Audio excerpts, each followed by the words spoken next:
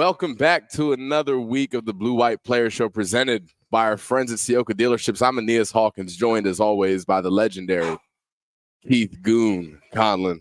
Michigan week, Goon. How we feeling, brother? It's Michigan week. You don't even have to ask. Don't even have to ask. It's my favorite week of the year.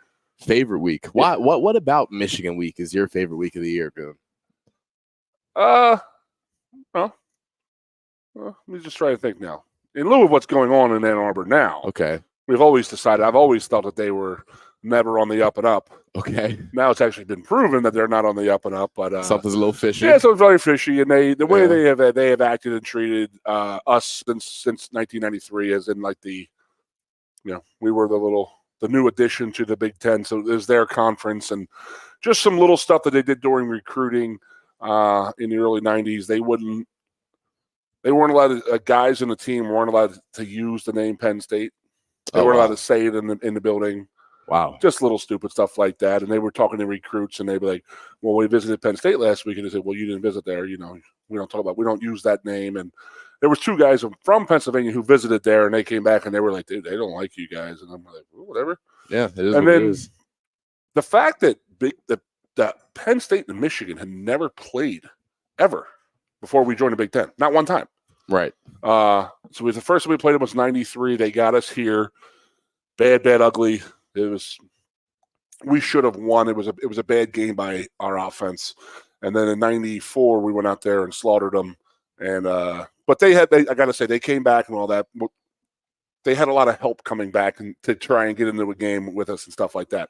So it's always been a little bit of anger. And they talk about, I have the same animosity towards New York City when they say, oh, Madison Square Garden is the greatest indoor arena in the world. And you're like, oh, what have you won? Right. You want to based on what? What are we? They won a bunch of boxing matches, Billy Joel concerts, because the next zone, they won 2 titles since the 20s. The Rangers have won 1 since the 40s. Wow. Madison Square Garden is catching some strays right here. I'm just saying, but Michigan, that's the way they acted. It's like it was their conference, and we went in there, and Bo had that. Bo was already gone by then, but there is the story of when we joined the Big Ten, Bo was not happy.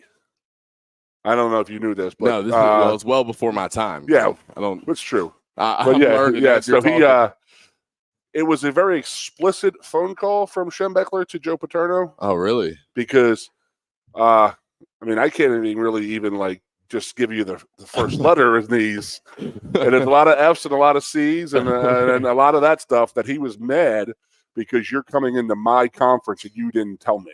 Oh, because it was the presidents and the athletic directors who did that type of stuff then. And rumor was that Bo was not in on it, and he was furious.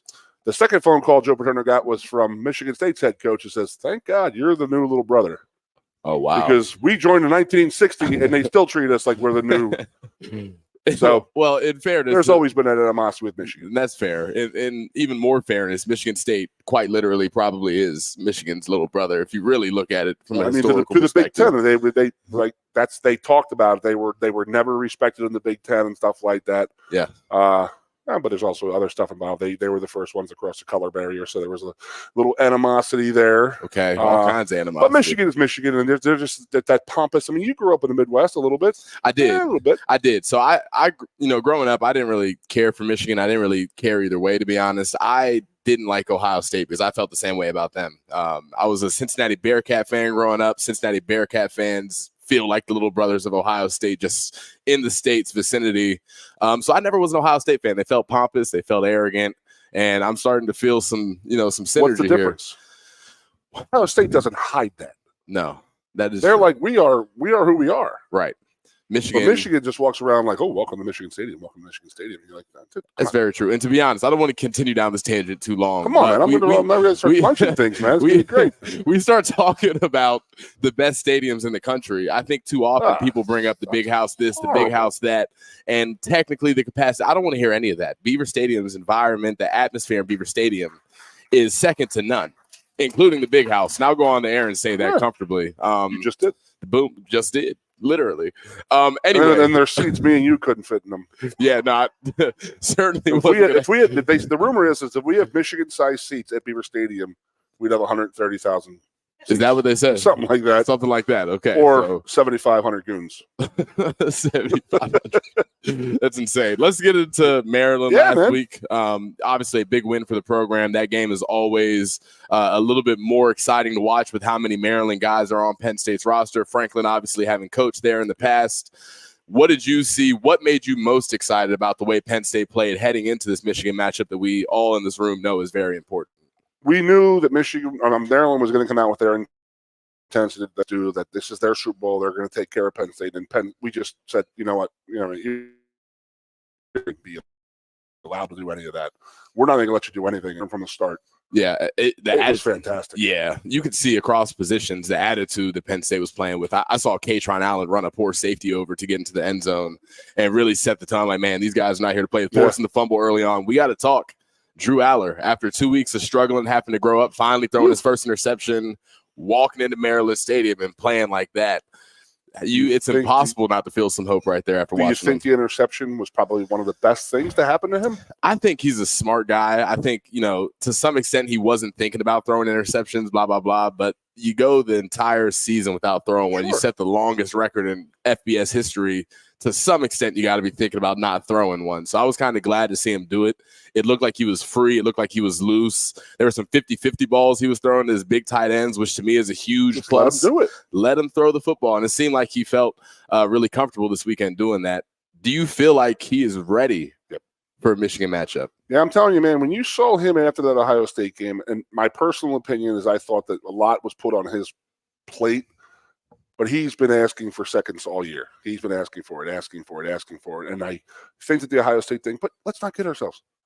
No Penn State quarterback has ever played well at Ohio State. No.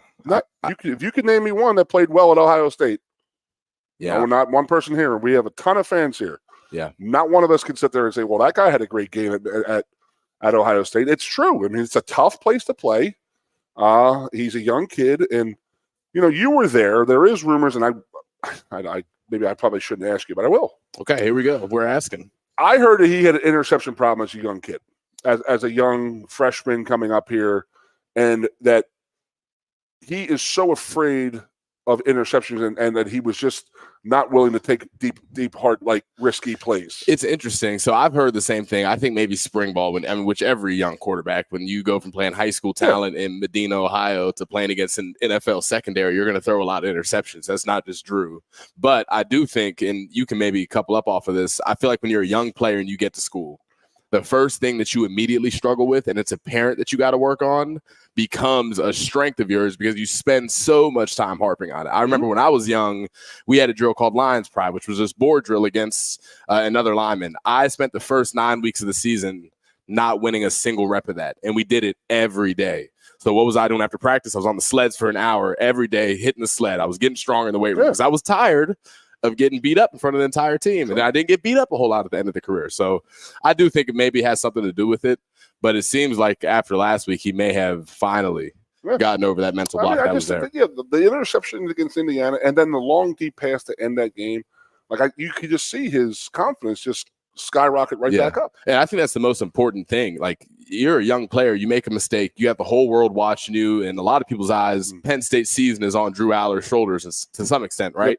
So to throw the interception and then to be down against Indiana, to have to go win the game, then the next drive to go throw that bomb, that big touchdown to Dre, to me shows that he's resilient, he's tough, and when the storm comes, he's not going to back down, which is obviously what big-time quarterbacks do best. Yeah, so the people who listen to me and Ironhead's radio show will listen and know that I talk about confidence 24/7. That's all I talk about. Football, it's 90% confidence. If you have the confidence to go out there, know what you're doing, knowing that you're better, stronger than the other guy ahead of you, and you know what you're doing, you will win 90% of the – I mean, you got to have the confidence to go out there and do it. Absolutely. You got to have the confidence. I'm going to beat that guy one-on-one. Yep.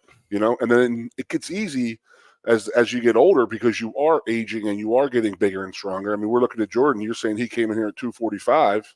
Yeah. Our first guest, Vandenberg, he walked in here. I mean, he had come in sideways. I was very impressed by it. It's very impressive. Yeah. We'll get into this when JJ comes on, but the first time I saw JJ in person, I had heard about him. He's right there. The strength coaches. I know, I'll try to whisper. But I remember the strength coach talking about, hey, we had this D tackle come in and run a 4.7. He's so fat. We offered him. He's here, blah, blah, blah. I see him at the summer workout as I'm working out, and he's watching us on the field trying just to survive Chuck Losey's workout.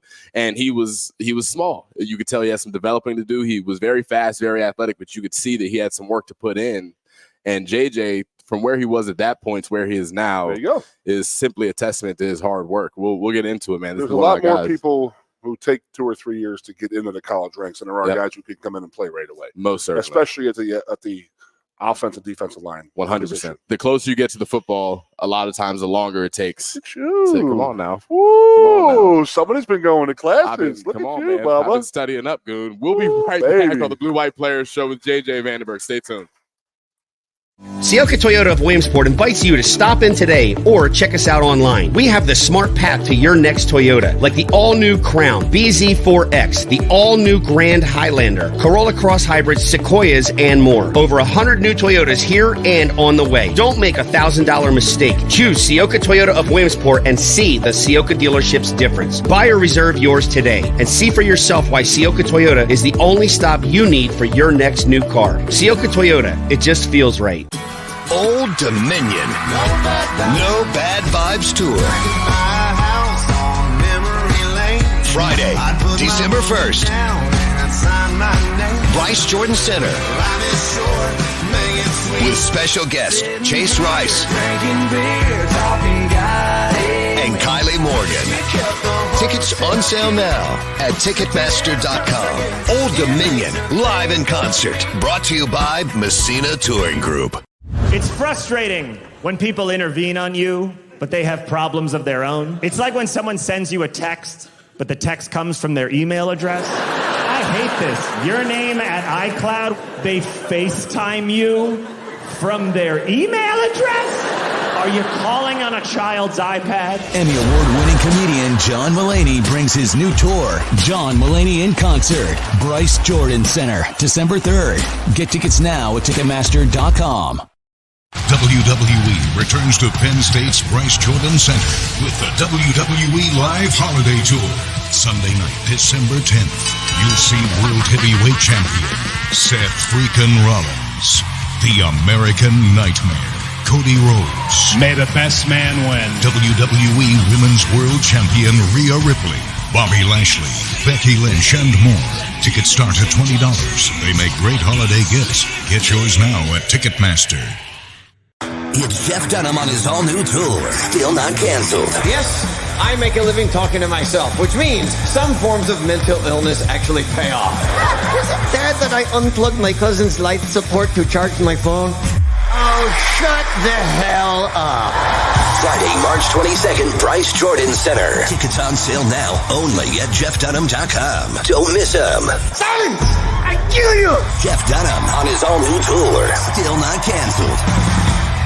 Coast into fall with a new Kia from Lion Country Kia. Right now, get a 24 Kia Seltos for 5.25% APR for up to 48 months. A new Sportage plug-in hybrid at 0.9% APR. Check out our 23 Sorrento hybrid for as low as 4.5% APR. And don't forget, all 2023 and 2024 Kias come with a 10-year, 100,000-mile limited warranty. Stop in and meet with one of our sales experts today and coast into fall at Lion Country Kia. We want to see you in a Kia. Welcome back into the Blue White Players Show. We're joined right now by a guest that's very near and dear to my heart, Jordan Vandenberg, defensive tackle. JJ, how are we feeling on this lovely Monday evening? I'm feeling good. Thank you for having me. I really appreciate it. Oh, man, it was a no-brainer. Me and Goon were talking about who we were going to have on the show, and I'm like, we got to bring on my favorite South American I've ever met in my life. I've only met one. I'll be honest. I said South American. JJ is not South American. He's many other things. The South African JJ Vandenberg. Before we get into anything else, you got a tremendous story. We talked a little bit about your process and your journey to become a defensive tackle at the Big Ten level. Definitely. Talk to me about what it took to get here and some of the places you stopped along the way. So I was born in Johannesburg, South Africa. Grew up there until the age of 10, just playing rugby, cricket. Like, didn't really know what American football was and nothing like that. Just seeing movies and everything. And then fast forward, I turned 10 years old. My parents are like, we go into America. So we uprooted, moved to Atlanta, Georgia. Get to Atlanta, Georgia. My parents were like, yo, we don't want you to play football. So like they wouldn't let me play football until the 10th grade. They're like, we don't believe in concussions, all that. So I had to like beg my family to get into it. So I started into the sport 10th grade, very late into my career. And they put me at wide receiver. You were wide receiver. Yeah. So the wide receiver started at wide receiver. And then I have a joke on that one. They said, we got an African kid transferring here. Let's put a wide receiver. He's got to be fast. He's either a slot or a quarter. Yeah. Jeez. Yeah, but they quickly found out I couldn't catch the ball. So you were 6'5". So 250. I don't think he's playing wide receiver here. I don't think we have Shannon Sharp Jr. over here. So you say you grew up, you say you played the rugby, the soccer, the cricket, all of that stuff. Yes, sir. Soccer rugby does. It does correlate, stuff like that. So I didn't play. I was not allowed to play football until 8th grade. My mother and father would have let me play because we had weighted football back then, and I had a little bit of a weight problem. I was like 6'5", like 182, and like I always tell the story. There was like 17-year-old kids playing on the team, and I'm like 9. I'm like, what's going on here? There's something wrong. But my mom and dad would not allow it until I got to older. It wasn't really the concussion fears that there are now, but there was definitely that now. But what transferred from your youth? It has to be rugby, right? Yeah, definitely rugby. Like growing up in South Africa, we was taught that like football is just like the woman version of rugby. Oh, okay. So like, Wow. like, I was like, I might as well get into this maybe a little easier. Oh, you jumped in the ring right there, brother. Right in that fire. I mean, so see, I will say this. So I have Aeneas, you went to Moeller, I went to LaSalle in Philadelphia. Yeah. So there's guys that you played high school football with, not really the college level, but I know guys I played high school football with who tried to start playing rugby. Yeah. It's a whole different game, man. Yeah, like totally we're taught different. to see what we hit. Definitely. You're taught to grip, rip, and roll them down, So right? on that note, before you answer that, I was one of the high school football guys that went and tried to play rugby for my high school. I was. So this nice, pretty scar right above my left eye is from my first time playing rugby. I tried to tackle like I was playing football. Actually, I got red carded within 30 seconds of the match starting, and they suspended me because I hit a kid like it was a punt return. And they're like, you cannot do that. That's not allowed. Wow. Yeah, that was my last rugby. There's guys who get really seriously hurt that way with neck and head injuries. Yeah, definitely. And obviously eye injuries. Yeah, they got me good. Please, but how do you feel like those rugby skills translated to football? I just felt like that aggression part, like not really like fearing anyone, because when you get football, you put pads on and a helmet like that weighs like 10 pounds. I'm like, I can run through a brick wall. Like it's got like it you does really give you that sense of like you're invincible. Yeah, it really does. Yeah. So you get to America, you start playing football in high school. Yes. What position? I mean, because you had some good high school tape. Yeah, I did. You really did. I went back and watched it. What position were you playing, and where did you go from there? So, like, 10th grade, they put me on the O-line after they found out I couldn't catch. And I was like, yo, You must have really not been able to catch. I receiver to O-line. Yeah, I got a black eye from, like, the ball going straight through my hands. So, put me at O-line, and then I was like, first year, I was like, I really hate this. So, I'm like, let me play some linebacker. Let me go hit someone.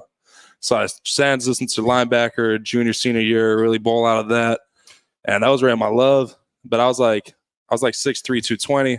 I thought like all the things I did in high school, I'd get picked up by a college from just my high school linebacker tape. Because you were an all-state guy, weren't you? I mean, you had, how many tackles did you have your senior year? I had 157 So tackles. you were a really good linebacker, and you didn't get any looks at that point. I did not get any looks somehow. At that point. So this is, before you continue, this is a testament to recruiting not always being 100%. JJ Vandenberg, who is now a very good player for Penn State football, had 156 tackles as a senior, and nobody cut his film on and was like, you know what? He might be able to help us win. Yeah, I didn't even have a D3 offer. That's nothing. Nuts. Okay. So you go from that. What did you do with no offers? So I was like, I knew where my talent was at. I knew where I was. I knew what my value was. And my family was like, yo, like, you should just stop playing football. Like, we don't have the money to send you to college. I'm like, no, I'm not going to do that. I'm going to go bet on myself. I believe I got the talent. So I'm going to go walk on at a junior college. And a junior college gives you another version to get in front of another, like, Power 5 coaches and get the film you need. So I decided to walk onto a community college up in Iowa, which Iowa is just crazy. Like moving up there, just a whole different transition. Is that a bit of a culture shock going from South Africa to Atlanta and then to Iowa? Yeah, let me tell you, my first week up in Iowa, I look outside my window. I kid you not, I see a tractor taking down all the corn right outside my dorm. I was like, there's no way I'm right here right now. Now, how long were you there? I was at Iowa Western for 8 months. Okay. Now, there is different rules for junior colleges when you come to Penn State or any other Power 5 conference where that first year didn't count if you do graduate in a certain amount of time? No, so this was during COVID era. So I got fortunate that when I went to COVID, no one counted. So I was really blessed to be able to play there during that time. So you came here and you still have 5? Yeah, I was still basically like a freshman coming out of high school. Kind of works perfectly. Yeah, it worked out nice for you. So Definitely. how did you play at the JUCO level? What type of offers did you get? How did you get them? That whole thing. So my JUCO experience was kind of unique because going into my first game, we go into the second quarter. I dive, try and make a tackle, blow out my knee, tear my PCL. Oh. They said, son, your season's going to be over. And I was like, ain't no way. I just moved to Iowa. I walked on at Iowa Western. Like, I didn't even have a scholarship. I put everything on the line. So I was like, I'm going to do everything I can to rehab, everything. So they tried to put me in PT, went to PT. And then the doctors weren't clearing me. So I said, I'm going to go get my own, clarification. I'm going to go to these own doctors. I went to the doctors and told them I had no pain. But, I was just lying to them. I was in pain. But, so the first doctors were right, just to clarify. Okay, just so we're clear. Carry on. You won't pay for that when you get older. That's not going to come back to hurt you at all, I swear. As a guy who just got an x-ray on his knee done this morning, you're in some trouble, but it's okay. We'll keep going. Okay, so you come back that year then? I come back that year, missed only 4 games, should have missed 8. Now, as far as recruiting, what did that look like? When did that pick up for you? How many offers did you have coming out of Iowa? So I got my first offer from my first first quarter of football. I ended up getting 4 D1 offers because I did my thing in the first quarter. And then all these colleges are like, yo, why aren't you playing?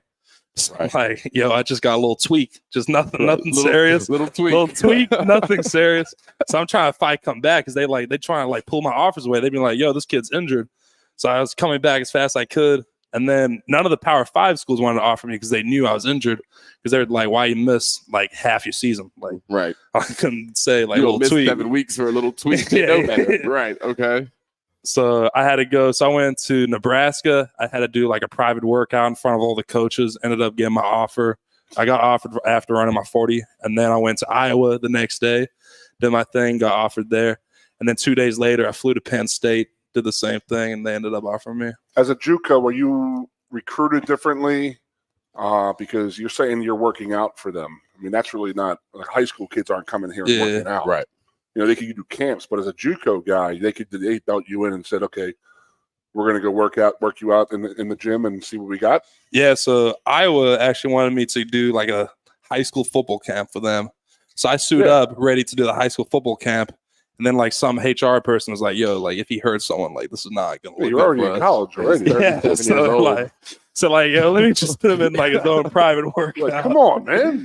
So was it, Aeneas is telling me about your workout prowess, your lifting prowess and weight room. Was that part of what they saw?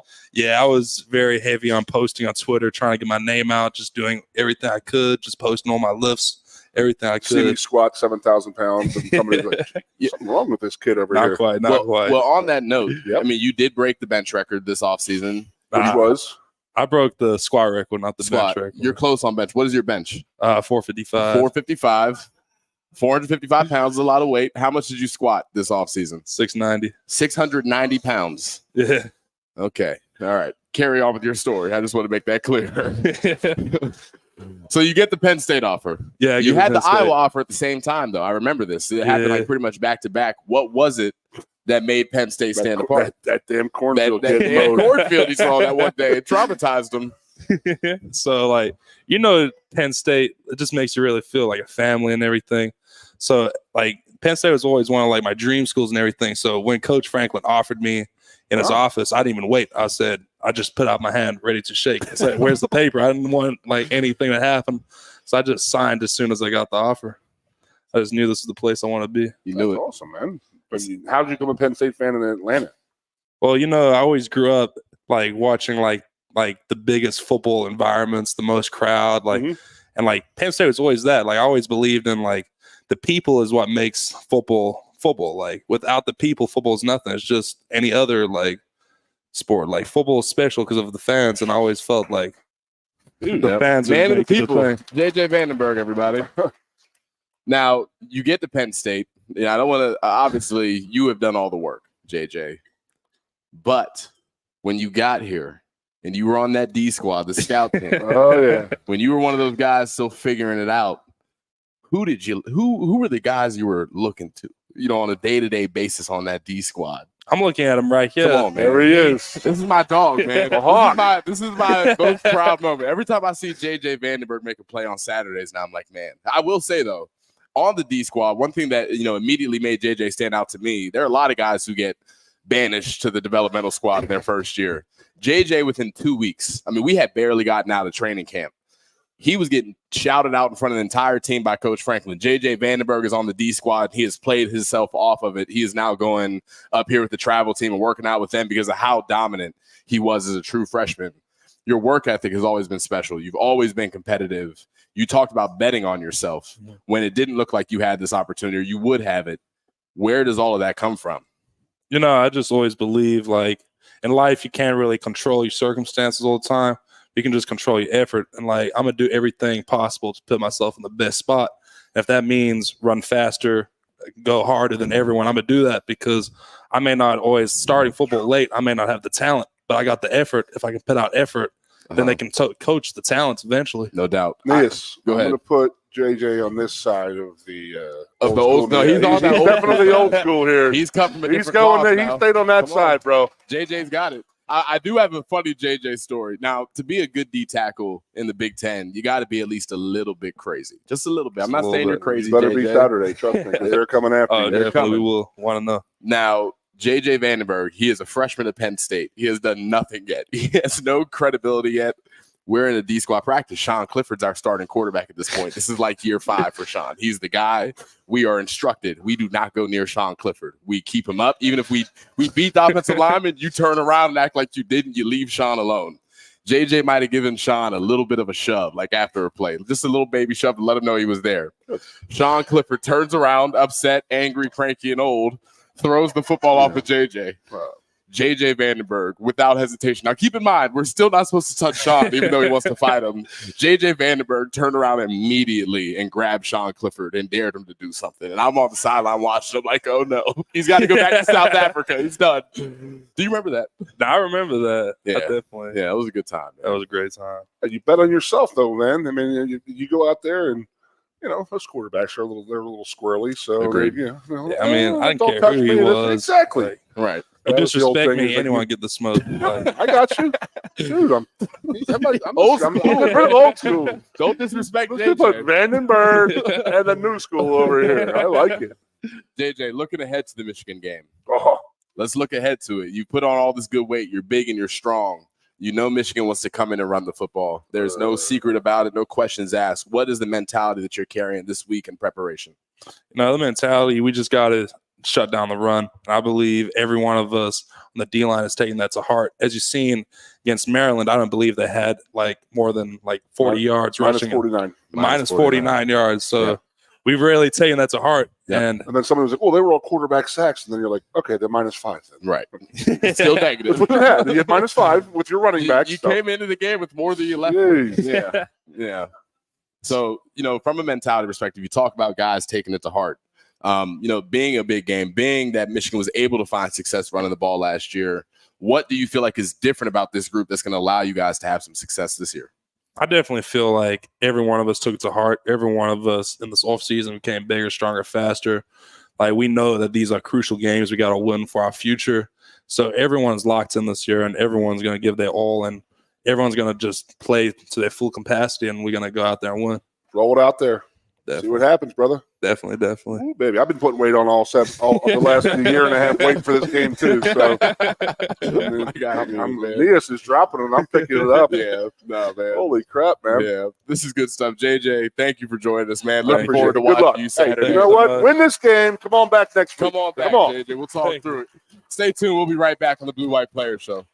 Hey, Penn State fans, it's game time, and Ciocca is hitting the field with 42 dealerships and 25 brands in Pennsylvania and New Jersey. That means more choices and the perfect new or pre-owned vehicle priced to fit your budget. Plus, factory-trained service experts are just minutes away, and you can feel confident you're doing business with a family that treats you like family. We're a proud partner of Penn State Athletics and preferred dealership group of the Penn State Alumni Association. The Ciocca Dealerships. Experience the difference. Old Dominion. No Bad Vibes Tour. Friday, December 1st. Bryce Jordan Center. With special guest Chase Rice and Kylie Morgan.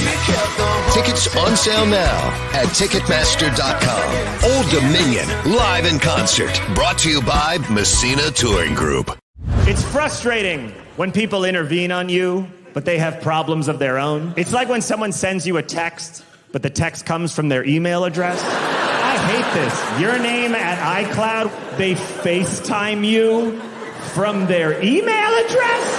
Are you calling on a child's iPad? Emmy Award-winning comedian John Mulaney brings his new tour, John Mulaney in Concert, Bryce Jordan Center, December 3rd. Get tickets now at Ticketmaster.com. WWE returns to Penn State's Bryce Jordan Center with the WWE Live Holiday Tour. Sunday night, December 10th, you'll see World Heavyweight Champion Seth freakin' Rollins, the American Nightmare, Cody Rhodes. May the best man win. WWE Women's World Champion Rhea Ripley, Bobby Lashley, Becky Lynch, and more. Tickets start at $20. They make great holiday gifts. Get yours now at Ticketmaster. It's Jeff Dunham on his all-new tour, still not canceled. Yes, I make a living talking to myself, which means some forms of mental illness actually pay off. Is it bad that I unplugged my cousin's life support to charge my phone? Oh, shut the hell up. Friday, March 22nd, Bryce Jordan Center. Tickets on sale now only at JeffDunham.com. Don't miss them. Silence! I kill you! Jeff Dunham on his all-new tour, still not canceled.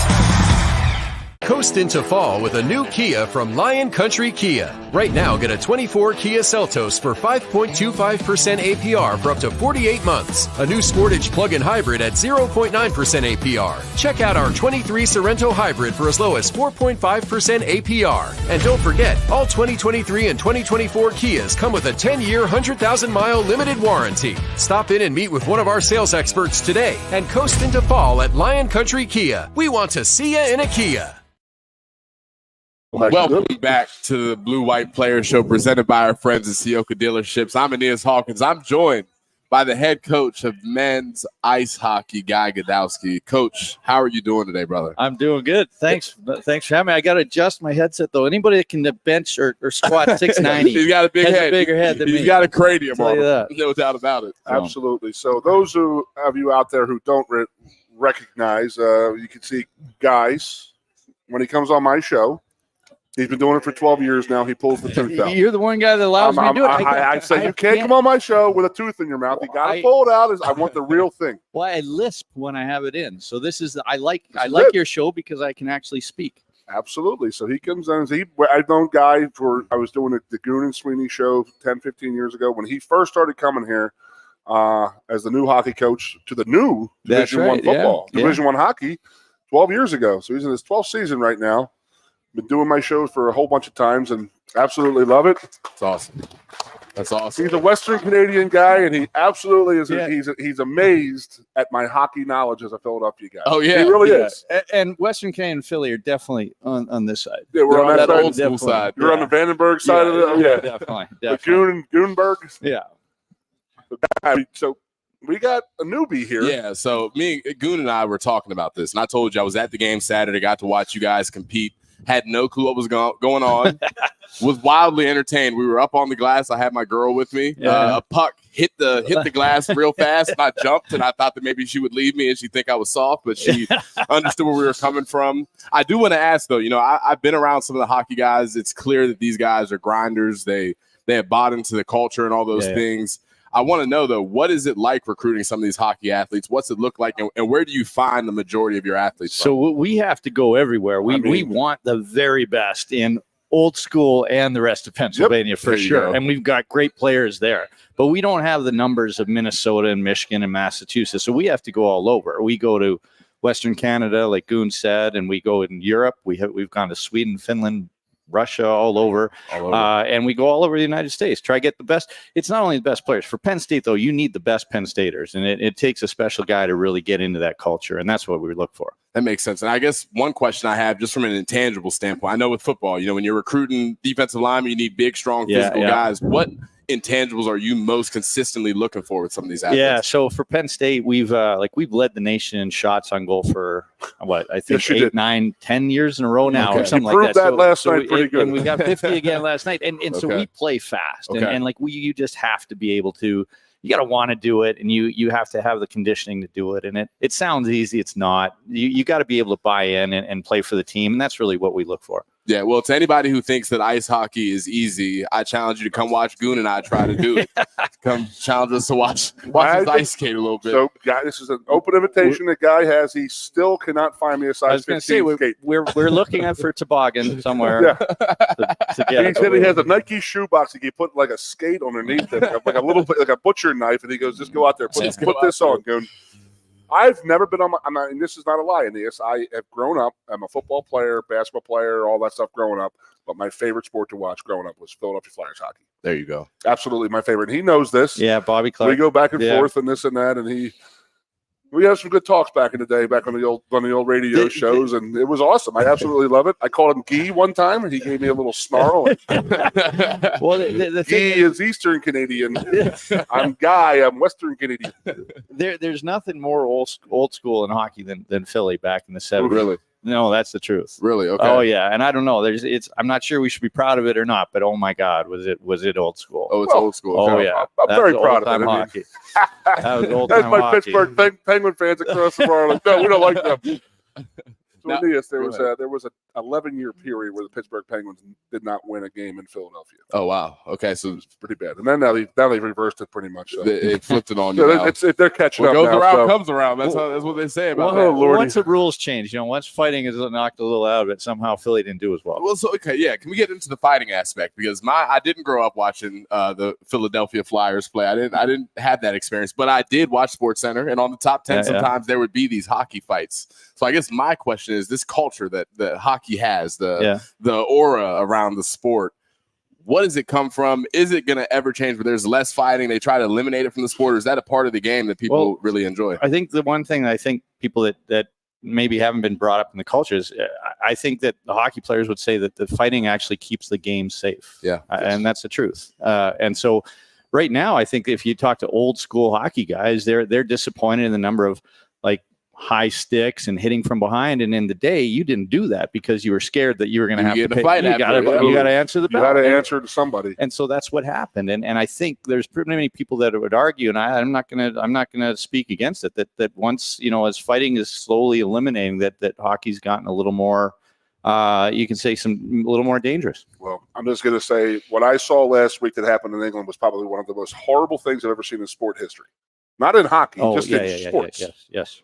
I've never seen anything like that. There was a guy you've been coaching and playing hockey for 50 years. Have you ever seen a man's leg go up like that to kick somebody in the face like that? No. Right? It's so sad and horrible. A man died on the ice in England playing hockey. Just blatant cheap shot. It was a horrible cheap shot, right? I mean, you know what? I got to tell you, I didn't watch it on purpose. I couldn't. You don't want to watch it. I couldn't, yeah. So I didn't see it. Yes, it was horrible. But so Aeneas comes in on Saturday, goes to the game. Tough loss. Yeah. You must have heard Brooks these guys on Sunday morning with the shootout goals. No, you know what I did? I mean, the thing is, we were playing short as it was. Yeah. We have a freshman defenseman, Casey Amon, playing his first ever game at forward because we were that short. Ooh. So we have a freshman defenseman moved up to forward. He's playing, and then the next night we got another injury.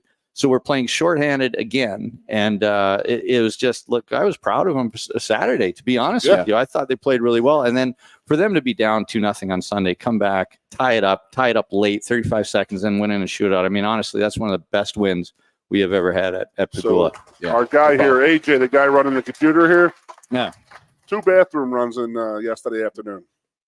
No. Yep. Really? His wife told him, you better stay in there. You're kidding. Look, he's over there. Wow. 2 bathroom runs, 2 goals. Hey, you should buy a lottery ticket. No, but it was a great game. I mean, I've been around you long enough to realize that we're good right now, but your MO is come tournament time, you got these guys rocking and rolling, flying. We try to do that. We've been that's been the pattern, and I think a lot of it comes from, like we talked about. You want to know what kind of players we recruit at Penn State? The kind of guys that love Penn State. Yep. And like it's a different kind of deal. It's students that come here that want to be a part of making it happen, not just show up. And that's the kind of guys we get. And when they pull together, they play the best hockey usually at the end. And, it's been the pattern. It's all about the guys, and it's all about the culture. Now, we talk about JJ's recruitment here. Now, did you look at the program at all, Aeneas? Did I look at what program? Like the hockey program. I will say. So I told my girl this at the game yesterday. Coach Franklin, my class took an official visit. This guys like Micah Parsons was there, Pat Fryer, all these big NFL players. Now, the first stop we made was actually at a hockey game. They put us up at the top, up against the glass. They put us on the camera for a second, and the students cheered, and we were like, "Yeah, we're coming here. This is where we're going to school. This is a lot of fun." That's awesome. But no, I will say, and I'm a little ignorant here. I'm not sure what other hockey atmospheres around the country are like, but it really seems like the buy-in from the Penn State community and the fans that come out and support you guys really are excited to watch you guys play. It was electric in there last night. It's awesome. Can you speak to that a little bit? Well, it's awesome. The thing that I love is actually we started at the same time. Like Goon said, like 10 years ago was the first D1 game here, and the student section, it was their first game. And they were really good at the start. Rocking and rolling. But they were like, they've gotten like this, and we do have the best atmosphere in college hockey. We do. It's unbelievable. Yeah. Others, like there's good. It is. It's unbelievable. There's other arenas that are good. Ours is great. And it's been probably one of, I say, the most enjoyable experience to watch the student section just get better and better and better. It's awesome. It really is cool. I want to say one of my favorite traditions, and it's not like this in football. You know, there's a little bit more, the fans won't go directly at you like this, but I love when a kid gets scored on. Hey, goalie. Yeah, it's awesome. It's all your fault. It's all, and you can't, there's nowhere to run or hide. Everybody's looking at you. It's like, man, that's a long day. That's a long day after letting up a goal, man. Yeah. It's electric. And I'll tell you what, I don't know the young man's name. I'll be transparent, but the goalie you guys had back there on Saturday night was impressive to watch, man. That guy sits back there, he competes, and it's fun to watch you guys play, man. He's the Granimal, Noah Grannon, and he actually, this is like, now he's not going to appreciate me saying this now. He set the squat record for us at 460 pounds, which I was so pumped on until I saw JJ talk. I met JJ. I'm like, over there. 460 is nothing to stop that, though. Yeah, it's not so good, but he actually picked the Granimal up, put him on his back, and squatted him when he was squatting. He was off the bar while JJ was squatting. Yeah.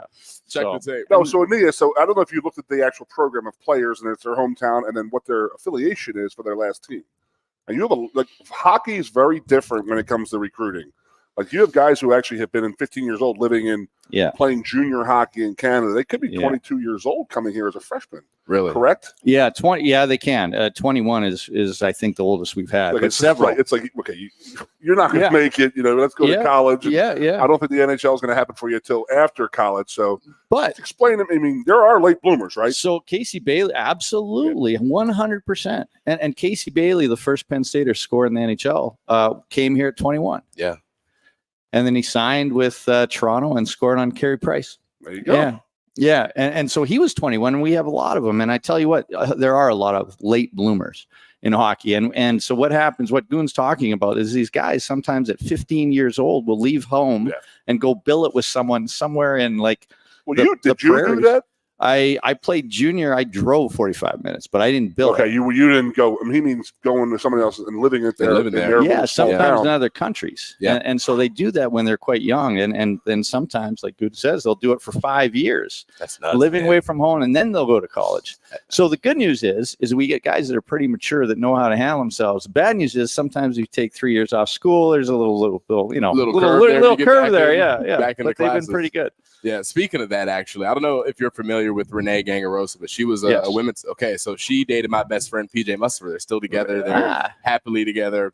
She used to come into our apartment, And I'll talk about, we talk about the hockey culture and people doing things the right way and working hard. She would get on us every single day. If the apartment was a mess, it was a problem. If we weren't doing our homework, it was a problem. So I respect whatever these hockey coaches are doing. I love that. They are instilling the right type of attitude in their athletes. I'm very respectable. Very glad to hear that. Yeah. Come on, Goon. Don't start. That's awesome. That is awesome. It's awesome. They're yelling at you guys. It's great. It's a good story. It's frustrating on my Tuesday afternoons. I'm just trying to relax in my home. I'm just trying to Renee's running the show. That's awesome. Yeah, that's good. Guy, I'm going to get Aeneas all caught up on the hockey movies from the 80s. Just to catch him up. I watched Miracle on Ice. I watched Miracle on Ice. Right? Yeah, it's very good. It was a great movie. Yeah. Let's get back to hockey. Just called Miracle. It's just called Miracle. There's two. There is a Miracle on Ice. Was that the one of the 80s? Is that the 80s one? Thank you. There is. Thank you. It was Miracle on Ice. Okay. Miracle on Ice was done. It was Carl Malden. One? Was Carl Malden maybe her book? That's one. Yeah, that is. You're right. Walt Disney movie. Right. You're right. That's right. It was a Walt Disney. Well, there are other movies that I will get you into. Okay. Goon's talking about Slapshot. He's talking about Slapshot. I'm pretty this is sure where my nickname comes from. Is that where Goon comes from? Yes, it does. There's a character in Slapshot. Well, there's a bunch of them. They're called Goons. They're all okay. There's multiple. Yes, and then I was in the way, and it all goes back to JJ now because my strength coaches used to get a little tipsy on weekends and we start wrestling around and they're like, "Why aren't you this strong in the weight room? You're like a goon out here. Like I'm just like tossing guys and they're like, you can't bench 350, but yet you're tossing us like we're like little bags of potato chips." That's funny. Get a couple of libations in me. I didn't see JJ he's just sitting there laughing. Can I ask a question? Go ahead. So our record's 460 or 69. A little bit of difference there. We might have you on one though. So you said 455? 455 on bench, JJ? It's unbelievable. We're not close to that. But how many? We had a guy this year bench his body weight 28 times. That was me. That was good. That was me. Keith got it. Yep. I set an all-time record. Would he have you? Yeah. 310 for 28 would be nuts. That'd be a lot of weight. Jeez, he's strong, man. The kid's That's strong. unbelievable. I watched JJ work out and I retired my senior year. You said 225 for 35, and you weren't really training for 225 test either. So when you go to the NFL, you're probably going to put at least another 10 to 12 on there. Yeah.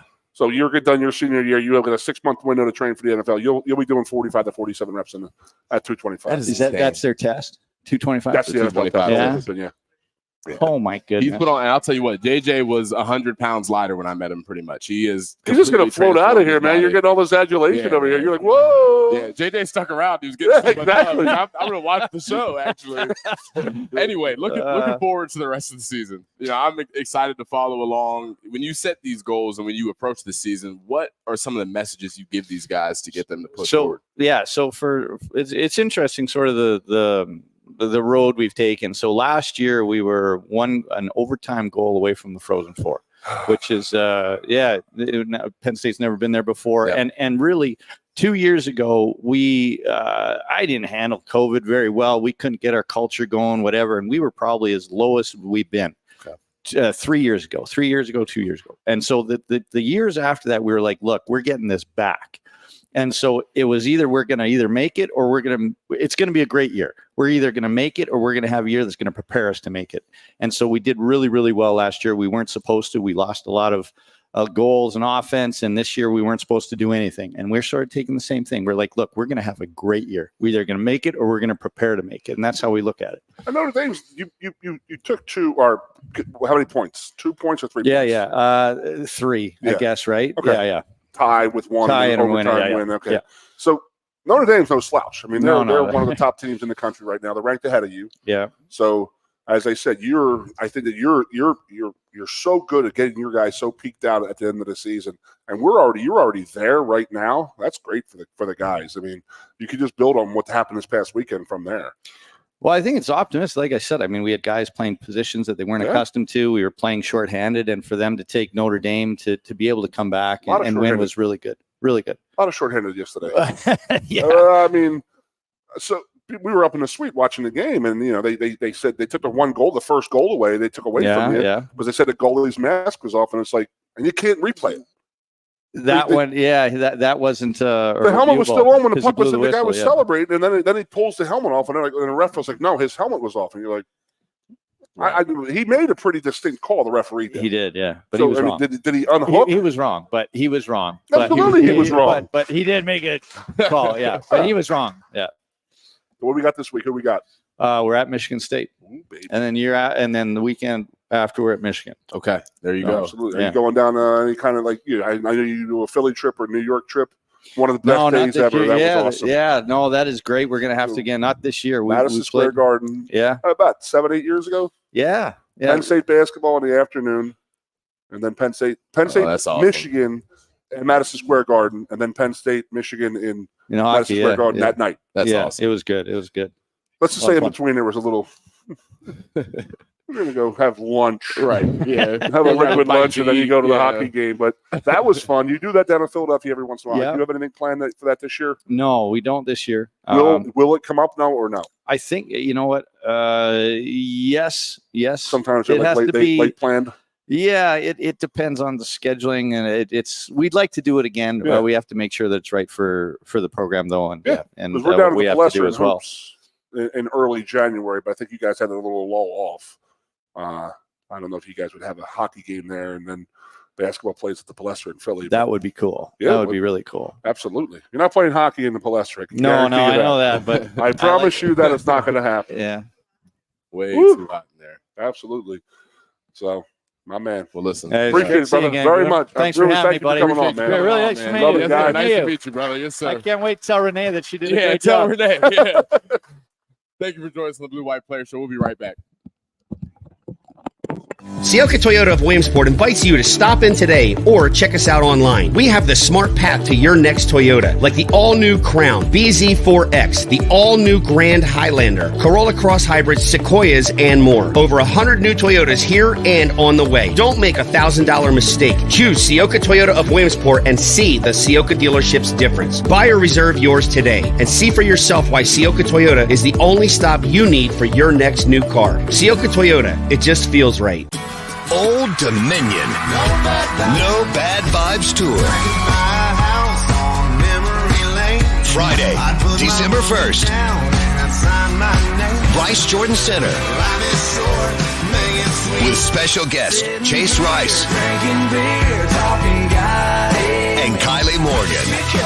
Tickets on sale now at Ticketmaster.com. Old Dominion, live in concert. Brought to you by Messina Touring Group. It's frustrating when people intervene on you, but they have problems of their own. It's like when someone sends you a text, but the text comes from their email address. I hate this. Your name at iCloud, they FaceTime you from their email address? Are you calling on a child's iPad? Emmy Award-winning comedian John Mulaney brings his new tour, John Mulaney in Concert, Bryce Jordan Center, December 3rd. Get tickets now at Ticketmaster.com. WWE returns to Penn State's Bryce Jordan Center with the WWE Live Holiday Tour. Sunday night, December 10th, you'll see World Heavyweight Champion Seth freakin' Rollins, the American Nightmare, Cody Rhodes. May the best man win. WWE Women's World Champion Rhea Ripley, Bobby Lashley, Becky Lynch, and more. Tickets start at $20.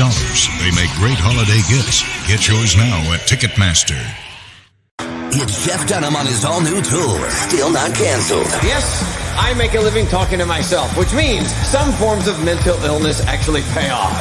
Is it bad that I unplugged my cousin's life support to charge my phone? Oh, shut the hell up.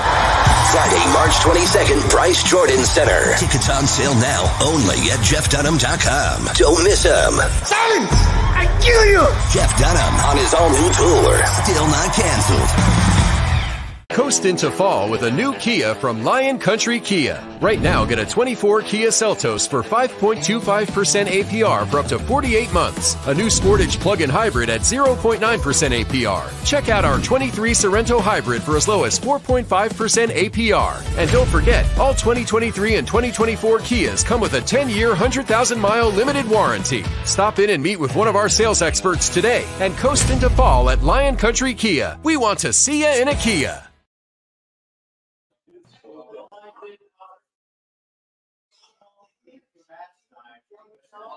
Blair Thomas, played at Penn State 1985 through 89. I grew up in Philadelphia. Actually, when I was in 10th grade, I participated in one of the summer football camps, and I kind of got familiar with the coaches. I performed well at those camps as well. Coaches started wanting to show me around a little bit because it was a little different back then. They didn't have the technology going that they have now, where they know every kid, you know, from 8th grade on. They really had to search and find, you know, these players. So I came up to the football camp and really enjoyed myself and had a good time, you know, at the camps.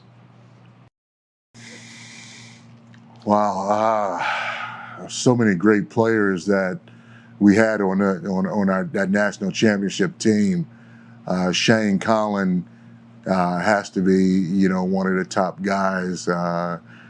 He's one of the guys that I hate going against one-on-one and blitz pickup, but, you know, I knew if I was going to have any type of opportunity to play afterward that I had to find a way to step up, you know, and do things against, you know, Shane. You know, we had Trey Bauer there, you know, Donnie Graham. There's so many guys that, you know, did extremely well as players here. DJ Dozier, you know, I learned a lot from him because I was one of those guys that emulated different running backs growing up, different styles. So, you know, to try to incorporate different styles and, you know, some plays you got to be patient, some people you got to hit hard. So, you know, you got to develop that rhythm. And I learned a lot from, you know, DJ from that. Well, I have a lot of those coming out of Penn State because we won a national championship, you know, my sophomore year. And being a player that participated throughout that season and contributed, that was a high moment. Getting drafted number 2 overall to the NFL is another, you know, unbelievable moment. So, and prior to that, being an MVP of the Senior Bowl, MVP of the, you know, Holiday Bowl, all those things were great experience and moments, you know, coming out of Penn State. But, you know, it comes at a time when, you know, a teammate of ours just passed away, Gary Brown, who had a unbelievable game. That was the year that, you know, Joe and them asked him to move to defense, and he played defense just as well as he played offense, and he contributed big time in that game, stripping Ty Detner and running it back for a touchdown. And then the finish was just unbelievable when I'm throwing both hands up in the air and just walking through the end zone. It was just, you know, just amazing. Oh, I have to do it on myself. My freshman year, I got a chance to play early. And in the first game, we was playing Maryland, at Maryland. It was blistering hot. Joe said during the week, we're going to play a lot of players. So everybody, you know, all hands on deck, get ready to play. So me as a true freshman, not knowing if I was going to get in there or not, got the opportunity to get into the game.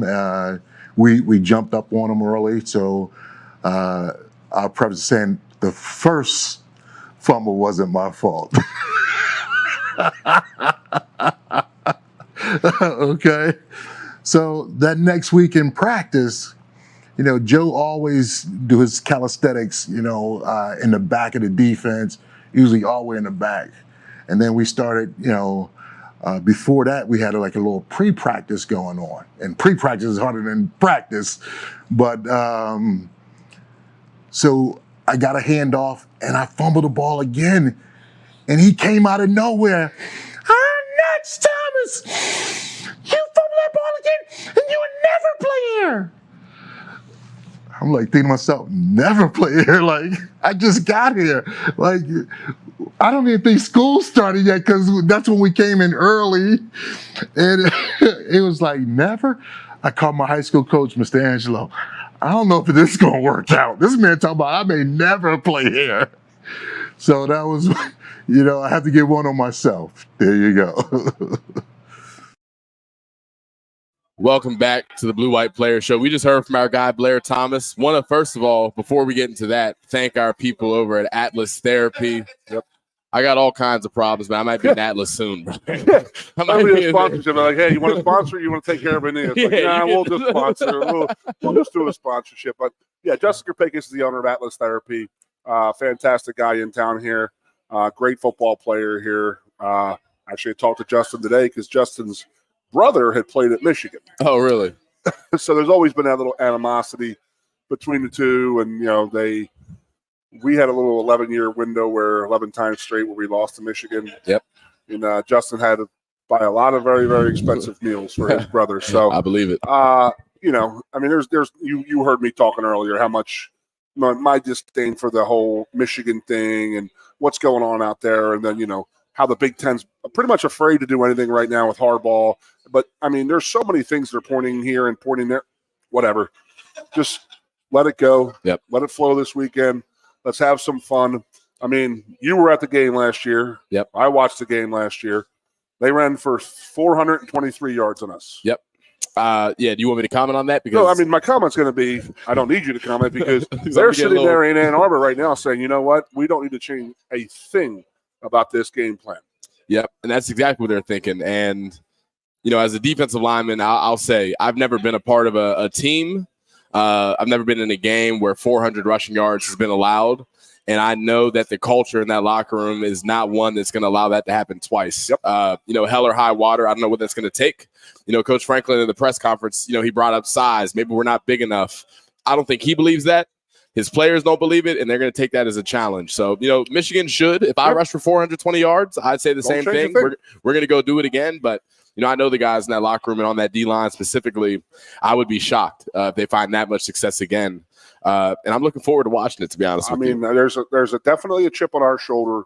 We do play them, I would say, a little bit better at home.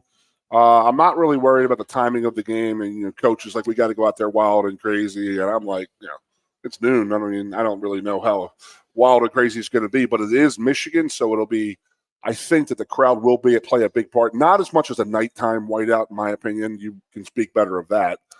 I mean, there's just an aura with a nighttime whiteout. Sure. I mean, you can have as many people. I mean, it'll be, like you said, a huge environment on Saturday nonetheless. But when it's nighttime, everybody's wearing white. I mean, the first time I ran out that tunnel, I was crying. I was overcome with emotion at the scene. You can't recreate that too often. You were that scared? No, I wasn't.